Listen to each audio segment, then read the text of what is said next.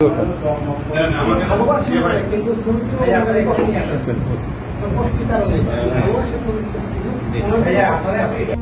আমার জনগণকে আরেকটি অনিবার্য বিপ্লবের জন্য প্রস্তুতি নেয়ার কথা বলছি।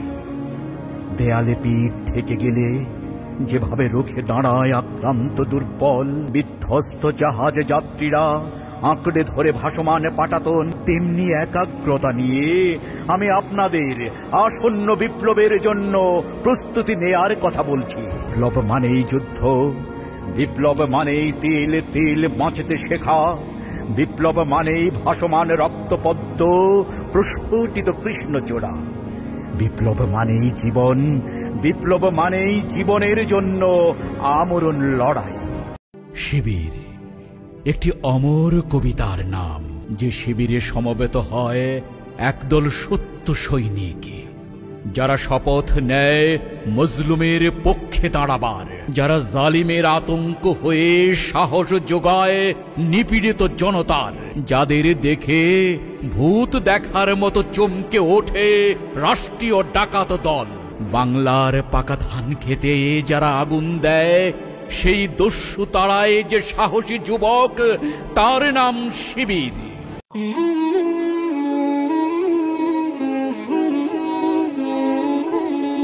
কবি ফারুকের ফটোকপি, কবি ফারুকের আদর্শ অনুপ্রাণিত কবি আসাদ বিন হাফিজ তিনি আর নাই। এই দুনিয়া থেকে চিরদিনের জন্য তিনি চলে গেছেন পরপারে। কিন্তু তিনি তার কবিতার মাধ্যমে যুবকদেরকে যেভাবে জাগতে বলেছেন, অন্যায়ের বিরুদ্ধে যে প্রতিবাদ করতে বলেছেন, এইরকম কবি বর্তমান জামানায় খুব কম আছে। এখনকার কবি অধিকাংশই তো নারীর প্রেম ভালোবাসা, যুবক যুবতীদেরকে অশ্লীল পথে নেওয়ার জন্যই তাদের সব আয়োজন, সমস্ত চেষ্টা সাধনা। সেইখানে কবি আসাদ বিন হাফিজ তিনিই একমাত্র সত্যিকারের রুচিবান মানসম্মত একজন কবি ছিলেন। ইসলামী বিপ্লবের প্রতি তিনি বারবার আহ্বান করেছেন। আমি আপনাকে একটা কবিতা তার শোনাই। আমি আপনাদের আরেকবার অনিবার্য বিপ্লবের জন্য প্রস্তুতি নেওয়ার কথা বলছি, যে বিপ্লবে প্রতিটি নাগরিকের জীবন হয় এক একজন আমূল বিপ্লবী। প্রতিটা যুবক নারীর বাহুর পরিবর্তে স্বপ্ন দেখে উত্তপ্ত মেশিনগানের, আর রমণীরা সুগন্ধি রমালের পরিবর্তে পুরুষের হাতে তুলে দেয় বুলেট গ্রেনেড। কবিতাটার ওজন বুঝছেন? এই কবিতার মাধ্যমে কবি আসাদ বিন হাফিজ যুবকদের প্রতি উদাত্ত আহ্বান জানিয়েছে, হে যুবকেরা, তোমরা ঘরে ঘুমিয়ে কেন তোমরা বইয়ের আসলের তলে? তোমাদের তো এমন নাগরিক হবে যে অন্যায়ের বিরুদ্ধে মেশিন গান ধরতে বিন্দুমাত্র সময় তোমরা ক্ষেপণ করবে না। নারীদের প্রতি আহ্বান জানাচ্ছে, তোমরা তোমাদের স্বামীকে ঘরের মধ্যে রেখেছো কেন? অন্যায়ের বিরুদ্ধে, বাতিলের বিরুদ্ধে, ইসলাম বিরোধী শক্তির বিরুদ্ধে তোমরা তাদেরকে ঘর থেকে বের করে দাও। জিহাদের ময়দানে তাদের হাতে বুলেট আর গ্রেনেড তুলে দিয়ে বলো, স্বামী জান্নাতে দেখা হবে। কোথায় দেখা হবে? জান্নাতে দেখা হবে, চলে যাও জিহাদের ময়দানে। এমনই অসংখ্য কবিতার মাধ্যমে ইমান মৃত যুবকদেরকে তিনি বারবার উৎসাহিত করেছেন, পুনর্জীবিত করার চেষ্টা করেছেন। যুবকের অন্তরের মরা ইমানটাকে বারবার আন্দোলিত করার চেষ্টা তিনি করেছেন। সেই আসাদ বিন হাফিজ আর দুনিয়াতে নেই, তিনি চলে গেছেন। আমরা তার জন্য দোয়া করি, তার বিধির আত্মার মাগফিরাত কামনা করছি। আল্লাহ সুবহানাহু তাআলা তাকে যেন ইহকাল এবং পরকাল উভয় কালে কল্যাণ সাধিত করেন এবং পরকালে মর্যাদা যেন বাড়িয়ে দেয়। তিনি এই দুনিয়ার সংক্ষিপ্ত সফর শেষ করে পরকালীন এক দীর্ঘ সফরে রওনা দিলেন। এই যে কবিতাগুলো লিখে গেছেন, এর সদকায়ে জারিয়া যেন তিনি পান, এ আহ্বানই, এই দোয়াই করছি। সম্মানিত বন্ধুগণ, আমার ভাইয়ার আমার, আজকে খারাপ কবিদের ভিড়ে এই সমস্ত ভালো কবিদের মান সম্মান, এদের যে মূল্যায়ন, এটা অনেকটাই কমে গেছে। আজকে কবিতা মানে নারীর শরীরের বিভিন্ন অঙ্গের বর্ণনা, কবিতা মানেই পুরুষের শরীরের গোপনাঙ্গের বর্ণনা, নারীর গোপনাঙ্গ, পুরুষের গোপনাঙ্গ, এটাই নিয়েই তাদের লেখা, এটা নিয়েই তাদের গবেষণা, ঠিক কিনা? আজকে যে গানগুলো লেখা হচ্ছে, এ কি গান? রিক্সা আলাই বারে বারে ব্রেক মারে, ও বেবি আলাই মানে হলো বারে বারে ব্রেক মারে, বুকটা ফাইটটা যায়, এরকম অসংখ্য। আজ প্রতি রাত জেগে থাকি তোমার আশায়, নাউজুবিল্লাহ। মানে নারীর শরীর কেন্দ্রিক এবং পুরুষের গোপনাঙ্গ কেন্দ্রিক এখন কবিতা চলছে। আর যার কারণে যুবকরা এখন প্রেম ভালোবাসার মতন এক মরণব্যাধি ক্যান্সারে রূপান্তরিত হয়েছে। প্রেম ভালোবাসা। আজকে একটা পার্কে কোনো এক ক্যামেরাম্যান ভিডিও করে ছাড়ছে, দেখেন আসলে প্রত্যেকটা বোরখাওয়ালার মধ্যেই কিন্তু দিনদারিত্ব নাই। বোরখাওয়ালা মানেই সে আল্লাহওয়ালা তাই না। তো ওই পার্কের ভিডিওর মধ্যে দেখলাম প্রায় 8-10টা নারী আপাদমস্তক বোরখা দিয়ে ঢাকা, আপাদমস্তক, হাত মোজা পা মোজা সব, অথচ তার 2 উরুর মাঝে তার বয়ফ্রেন্ডের মাথা ঢোকাইয়া আদর করে দিচ্ছে।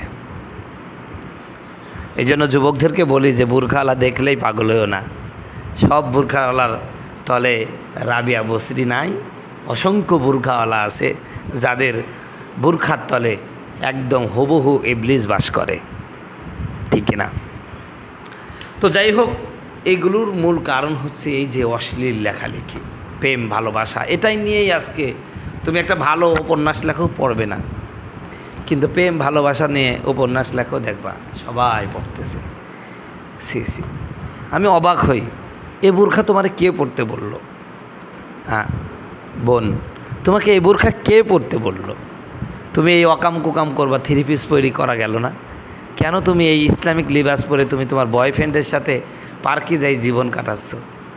তোমার কি একবারও মনে হয় না যে তুমি কি পোশাকটা পরে এই পোশাকে তুমি বদনাম করছো? একবারও কি মনে হয় না? তো যাই হোক, এই যে অশ্লীলতা, এই অশ্লীলতার মূল কারণই হচ্ছে যে বর্তমান এই খারাপ লেখা, অসংখ্য খারাপ লেখা। বোরখা পরা সেই মেয়েটি নদীর কোলে সেদিন দেখা হয়েছিল, এরকম অসংখ্য হাবি জাবি উপন্যাস লিখে যুবক যুবতীর চরিত্রকে হরণের অপচেষ্টা আজকে অসংখ্য লেখক চেষ্টা করে যাচ্ছে এবং করেছেনও। সেই ক্ষেত্রে আসাদ বিন হাফিজ, আল্লাহ তারা কবরটা জান্নাতের টুকরা বানান, তিনি একটি ব্যতিক্রম ধর্মী লেখক। তো এজন্য আমি আপনাদের প্রতি উদাত্ত আহ্বান জানাচ্ছি, এই সমস্ত লেখকরা ইসলামের জন্য অনেক ইতিবাচক এবং ইসলামের জন্য এক একটা সৈনিক আমি মনে করি। তো এই জন্য আমরা সবাই আন্তরিকভাবেই তার জন্য দোয়া করি, আল্লাহ পাক তাকে যেন মাফ করে দেন, তার কবরটা জান্নাতের টুকরা বানিয়ে দেন। সে সাথে তরুণ প্রজন্মের প্রতি উদাত্ত আহ্বান জানাচ্ছি যে প্রত্যেকটা যুবকের প্রতি যারা স্বচ্ছ মনমানসিকতা নিয়ে চলেন, আমি তাদের প্রতি উদাত্ত আহ্বান জানাচ্ছি, আপনাদের জন্য আদর্শ একজনই, সেটা আসাদ বিন হাফিজ। এই জামানার আসাদ বিন হাফিজের আদর্শ ছিল ফররুক আহমেদ, ইসলামী রেনেসাঁ কবি। আমি যখন জামিয়া রাহমানিয়া আরাবিয়ায় পড়তাম, শেখুল হাদিস আল্লামা আজিজুল হক রহমতুল্লাহ আলাইহির প্রতিষ্ঠিত মাদ্রাসা, যখন এই মাদ্রাসাটা অবশ্য এখন দখল করে নিয়েছে মানসুরুল হক গংরা, জোর করে দখল করে নিয়েছে। শেখুল হাদিসের স্মৃতি বিজড়িত মাদ্রাসা জামিয়া রাহমানিয়া আরাবিয়া, সেখানে পড়াশোনা করেছি। ওখানে আমাদের বাৎসরিক, এখন তো বিভিন্ন মাদ্রাসায় মাহফিল দেয়, কিন্তু আমাদের মাহফিল হতো না, তখন হতো ইসলামী সংস্কৃতি সন্ধ্যা। এইখানে আমাদের জামিয়ার প্রায় তো 1300-1400 ছাত্র ছিল, এর মধ্যে থেকে অনেক কবি ছিল।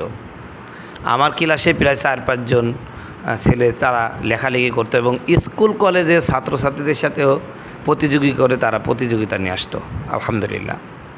তো সে সময় বাৎসরিক অনুষ্ঠানে বিভিন্ন কবিতা আবৃত্তি করা হতো। সবচেয়ে বেশি জনপ্রিয় এবং আকর্ষণের বস্তু আমাদের সময় সেটা হলো কবি ফারুকের পাঞ্জেরি। এই কবিতা বললে একটা বিশাল আবেগ কাজ করত। একটা বিপ্লবী চিন্তা চেতনা আসতো। তো যাই হোক, অনেক মজা করেছি। সেইখান থেকেই কবি ফারুকের কবিতার প্রতি আমি খুবই দুর্বল। এরপরে যিনি কবি ফারুককে আরও বেশি দূরে নিয়ে গেছেন, এগিয়ে নিয়ে গেছেন, তিনি হচ্ছেন আসাদ বিন হাফিজ। তার কবিতা পড়লেও তার মধ্যে আমরা ফারুক আহমেদের চিত্র দেখতে পারতাম। আল্লাহ তাকে মাফ করে দিন, সকলে বলুন আমিন।